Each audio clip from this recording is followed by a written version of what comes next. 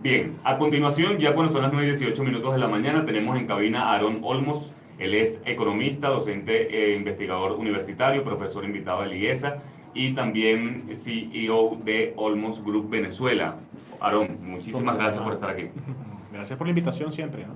Bueno, el tema económico, como ya mencionábamos, Aarón, es bastante complejo de analizar o al menos de explicar técnicamente. Sin embargo, aquí en Punto de Corte tratamos de hacer lo más precisos posibles en cuanto a el tema económico. Tiene muchas aristas, tiene muchos factores que están influyendo en esta crisis económica en Venezuela. Sin embargo, quiero comenzar escuchando tu percepción en cuanto a lo que pudiera suceder a Venezuela en el ámbito económico de este anuncio de los Estados Unidos en cuanto a un bloqueo a Venezuela. Ya las sanciones vienen de hace tiempo, el gobierno de Nicolás Maduro asegura que esto influye en lo que es la importación y exportación de alimentos y medicinas. ¿Crees de alguna forma que esto va a influir directamente a continuación con este anuncio que es el mayor de todos? Sí, mira, hay que recordar que ya tenemos prácticamente cumplidos 2 años de las primeras sanciones que se hacen de parte de la Administración Federal del gobierno de Donald Trump. En agosto de 2017 comenzaron las sanciones a los bonos petroleros y de ahí continuaron una cantidad de sanciones quirúrgicas pues, a personeros muy particulares por diferentes razones. Lo que ocurre hace ya 2 días, más o menos, es una toma de decisión que, bueno, manda varios mensajes, ¿no? El primer mensaje es, bueno, que lo que ustedes están haciendo internamente para ponerse de acuerdo, pues no está llevando a ningún lado. Y entonces vamos a asumir una postura que quizás para muchos se tuvo que haber asumido hace mucho tiempo, que es arreciar el tema de los bloqueos. Cuando uno lee el comunicado de prensa de la Secretaría de Prensa de la Casa Blanca, hay una cantidad de considerandos que hay que tomar muy en serio, ¿no? Para poder llegar luego al tema del bloqueo. Porque en los tiempos que estamos viviendo no se puede hablar de un bloqueo al estilo Cuba, Irán, Okay. Corea del Norte, ¿no? Todo es ¿Por qué otra no? cosa. Tiempo histórico, tecnología disponible y naturaleza del conflicto que Okay. se está viviendo acá, ¿no? Sí, porque la gente se pregunta que Venezuela podrá llegar a ser un Cuba en algún momento. No, realmente no es la intención. Si te pones a ver, de alguna manera ya Venezuela había sido, desde el punto de vista ideológico y político, penetrado por Cuba hace muchos años, ¿no? Y buena parte de las decisiones que se toman en materia económica, política, ideológica, no necesariamente todo el mundo sabe que se toman en Venezuela. Es una realidad. ¿Pudo el gobierno de Nicolás Maduro haber solventado un poco la crisis humanitaria compleja que bien han asegurado o califican así distintas ONG, distintas instituciones, factores políticos, tanto en Venezuela como en el mundo? Tomando en cuenta el eje económico, si se hubiese dado un vuelco a la economía en Venezuela, se hubiese solventado todas las demás aristas. Me respondiste que sí, pero ¿cómo hubiese sido eh, esa solución? Me refiero a muchas personas aseguran, incluso economistas, que la liberación del control cambiario hubiese sido un factor principal. Ok. ¿Estás de acuerdo con eso, por ejemplo? Lo que pasa es que tú no puedes liberar el tipo de cambio en un país que tiene 20 años con una muy mala política económica de la noche a la mañana. Una de las cosas que tendríamos que rescatar de estos últimos 20 años es el proceso acelerado de destrucción del aparato productivo en Venezuela. Okay, Y que eso es algo que no se hizo de manera espontánea, sino por diseño. O sea, eso se hizo okay. adrede. Y la intención de destruir el aparato productivo es destruir el sector privado y cortar la posibilidad de independencia de las personas y más bien dependencia y centralización de todos nosotros hacia un gobierno central que te provee los alimentos para tú mantenerte. Entonces tienes un sistema de sujeción social, un sistema totalitario de control de la población. Cuando tú de alguna manera tienes esa visión de punto de vista ideológico y lo aplicas como política de Estado, que es una de las cosas que ha ocurrido en Venezuela, entendemos por qué está pasando lo que está pasando, entendemos la inacción de entes muy importantes como el Banco Central o el Ministerio de Finanzas que no hacen política económica, entendemos por qué cada vez más la mayor dependencia con la importación por parte del gobierno. Entonces, se pudo haber hecho algo en la medida en que tú, bueno, encuentras que de los últimos 5 años, de estos 15 ha sido el peor periodo de gestión económica de Venezuela, ha sido el peor periodo de gestión política de Venezuela y social en materia humanitaria, en materia de salud, en materia educativa. O sea, si tú reconoces el fracaso del modelo y te están tendiendo puentes para salir por lo menos hasta cierto punto por la puerta grande, agachado pero por la puerta grande, muchos no entendemos la insistencia de insistir en el error, Okay. ¿sí? Entonces, se te abre la puerta, tú dices que no, lo asumes como un tema ideológico caduco en un mundo, un siglo XXI que ya no está para eso, ¿verdad? Un siglo XXI que tiene cosas como un Bitcoin, que es una visión descentralizada, desconcentrada del dinero, donde los bancos centrales no participan. Mira tú lo innovador que es eso. Y tenemos gente todavía resistiéndose al cambio general de los modelos económicos.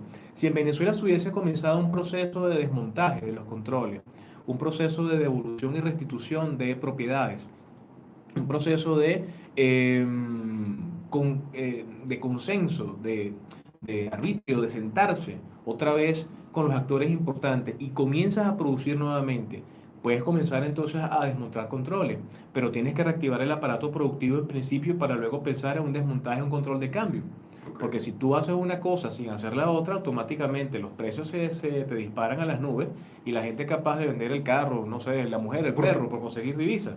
Por qué no se hizo estas cosas? Más allá de que esté ligado a un ámbito ideológico que, como bien menciona, se trasladó a una como política de Estado, pero me refiero, no era más fácil de alguna forma atender estos puentes que se tendieron de alguna forma, incluso desde la comunidad internacional, incluso del FMI, el Fondo Monetario Internacional, que otros puentes, por ejemplo, pudieron haberse atendido para solventar un poco esta situación. Mira, aquí se tendieron puentes interna y externamente. Muchas ONG estuvieron dispuestas a hablar, a conversar. El tema es que para la gente de izquierda el diálogo, lejos de ser una solución, es una suerte de ralentización de los procesos y un mecanismo para generar más tiempo para mantenerse. Y eso es algo muy, muy, pero muy viejo. Eso es algo que se rescata de algunas frases del mismo Lenin, ¿no? Okay. El mismo Stalin en algún momento, ¿no? Entonces, son mecanismos y son estructuras que se han venido aplicando históricamente, pero ya América Latina no da para más. Ya América Latina está lista para un cambio y el último resquicio de esta visión de pensamiento ideológico vetusto está en Venezuela. Bueno, hablas de tiempo. ¿Cuánto tiempo tenemos los venezolanos para seguir Lo que esperando? pasa es que tenemos 20 años y de estos últimos 20 años 5 preguntándonos, bueno, ¿hasta cuándo y hasta dónde, no? Y fíjate tú que Venezuela es un país lo suficientemente noble que ha aguantado esta pela terrible durante 5 años, donde estamos viendo que están destruyendo nuestros recursos hídricos, están destruyendo sistema minero, están destruyendo las instituciones que ya no confiamos en ellas.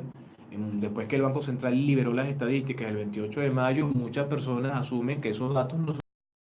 Es una institución que ¿Cómo va a estar confiar flaca. ¿Cómo en confiar ellos? otra vez? Bueno, tienes que cambiar las instituciones, tienes que cambiar a las personas que están dentro de las instituciones, tiene que venir un proceso de limpieza institucional, tiene que venir un proceso de consenso y de acuerdo nacional con actores e interlocutores, no los mismos de siempre, porque vamos a estar claros también, hay un grave problema allí. No hay una generación de relevo a nivel político en la que tú dices, yo confío en estos muchachos o confío en estos señores que son empresarios o son artistas, nunca tuvieron nada que ver con política, pero salieron a la calle a formar una agrupación para rescatar esto.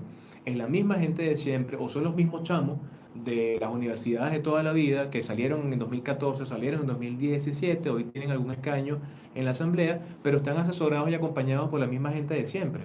Entonces esto te genera a ti desconfianza. O sea, pues la vieja política siempre está allí, pero hay que hacer un cambio, hay que hacer una limpieza, pero comienza por casa y comienza por lo económico. Porque mientras tú no le pongas al venezolano un bolívar en ese bolsillo que realmente represente valor, se te va a ir automáticamente a otra cosa distinta y vas a seguir distorsionando más la economía. Agarro allí tu idea. Mientras que no le coloques al venezolano un bolívar en el bolsillo. Hoy día el venezolano tiene más dólares que bolívares, Eso en es. gran porcentaje.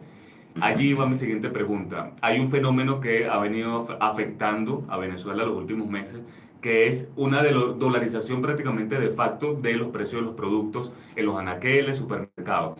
¿Cómo comprender este fenómeno? O sea, ¿cuál es la explicación de ello? Mira, una dolarización es un proceso a través del cual la autoridad monetaria de un gobierno, de un país, asume la moneda de otro país, en este caso el dólar, como moneda de curso legal, desde el punto de vista legal, en su constitución, en sus normas y en sus leyes.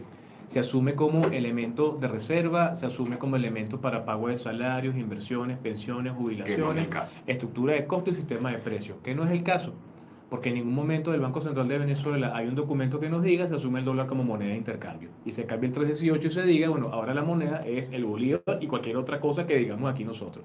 Eso no aparece. Entonces, ¿qué es lo que está pasando? Las dolarizaciones pueden ser formales a nivel de gobierno o espontáneas, que es lo que está pasando en Venezuela. Al no haber control de la política monetaria, la política económica, en términos de la política cambiaria, al bolívar no se reserva de valor, sigue siendo unidad de cuenta, es divisible, fragmentable, estamos obligados a utilizarla por nuestras leyes en la contabilidad y una cantidad de cosas. Sin embargo, tú sabes que tener bolívares en el bolsillo no resuelve el problema. Ok. Venimos de dos procesos de reconversión monetaria. El billete de máxima denominación que tenemos hoy con la ampliación del cono monetario es 50.000 bolívares. Si echamos para atrás las dos reconversiones, que son 8 ceros, y le ponemos esos 8 ceros al billete de 50.000, eso equivale al 31 de diciembre de 2007, 5 billones de bolívares en un billete. Eso te quiere decir que al tipo de cambio de hoy, que debe estar en no oficial a 13.000 y tanto, un dólar para nosotros es 1.3 billones de bolívares del 2007. Imagínate lo grave que está la cosa, ¿no? Claro. Si no se hubiesen hecho las reconversiones. Porque una reconversión atiende a un hecho más bien psicológico o de números o de ceros, más que corregir el problema de fondo. Entonces nosotros en Venezuela, como estamos claros que el bolívar realmente no es reserva de valor y que en pocos espacios lo estamos utilizando y nosotros somos conscientes microeconómicamente del valor de nuestro trabajo, tener bolívares en el banco no tiene sentido. ¿Por qué? Porque las tasas reales son negativas. Mientras el banco te paga 13%, 12% pasivo mensual, la inflación del mes es 24% y la acumulada de enero a junio es 1.155%. Es decir, que has perdido 11.5 veces el poder de compra de tu moneda. Bueno, nadie quiere bolívares, entonces, Claro. lógico. Vamos a irnos a algo que no dependa de la política económica de Venezuela, una moneda de otro país. Pero esto no es legal. No es que no sea legal, es que socialmente, acuérdate que el dinero es una convención, más allá de las normas, todos nos ponemos de acuerdo que algo es un medio de pago. Y lo interesante es que ante el descontrol que hay en Venezuela y la ausencia de información por parte de los entes oficiales, nosotros espontáneamente en sociedad hemos estado de acuerdo en asumir algunos tipos de medios de pago como reserva de Pero valor. las instituciones no, porque incluso he visto que la misma Sunde ha sancionado comercios que están cobrando en dólares. Entonces, por eso caigo en el tema de la Es legalidad. un secreto a voces. Si fuese por eso, para mucha gente durante muchísimos años las criptomonedas eran ilegales hasta que en el 2017 Venezuela se encauzó por esa vía. Pero en el 2011 en Venezuela ya había gente haciendo operaciones en cripto, ¿no? Ok. Entonces, lo interesante de esto es que lo ilegal se vuelve legal en la medida en que no tengas control de tu propia economía. Y hay quienes hablan de una dolarización necesaria de la economía. No es que sea necesaria, es que ya está pasando, pero hay que recordar que lo que de verdad hay que hacer es que rescatar el bolívar. Entonces, tú puedes tener dolarización parcial, reconocida gubernamentalmente como un mecanismo transitorio para darle a la gente valor en su mano, mientras hace política económica para recuperar el bolívar. Y no va a ser un fenómeno único en el mundo porque ya hay precedentes. Un país tienen dos monedas de circulación nacional. Eso se pueden- llama cocirculación monetaria, pero tú tienes cocirculación monetaria cuando tu moneda es tan fuerte como la moneda que circula junto contigo. El Ok. caso de Perú. Tú vas para Perú y tú ves, bueno, que hay soles, pero también hay dólares. Y lo interesante de eso es que usted para soles, dólares y euros, donde le dé la gana, muerto de la risa, porque al final de cuentas el PIB peruano es muy fuerte, ¿sí? Y el tipo de cambio no es muy lejano. Este tema nos da para conversar muchísimo, por lo cual te extiendo la invitación para que vuelvas nuevamente a nuestro programa. Hay muchos temas. Además, el tema económico se actualiza todos los días prácticamente. Aaron Olmos, economista, docente investigador universitario, profesor invitado de la IESA y CEO de Olmos Group Venezuela. Nosotros vamos a nuestra siguiente sección. Aaron, muchísimas gracias por venir. Muchísimas gracias, hermano.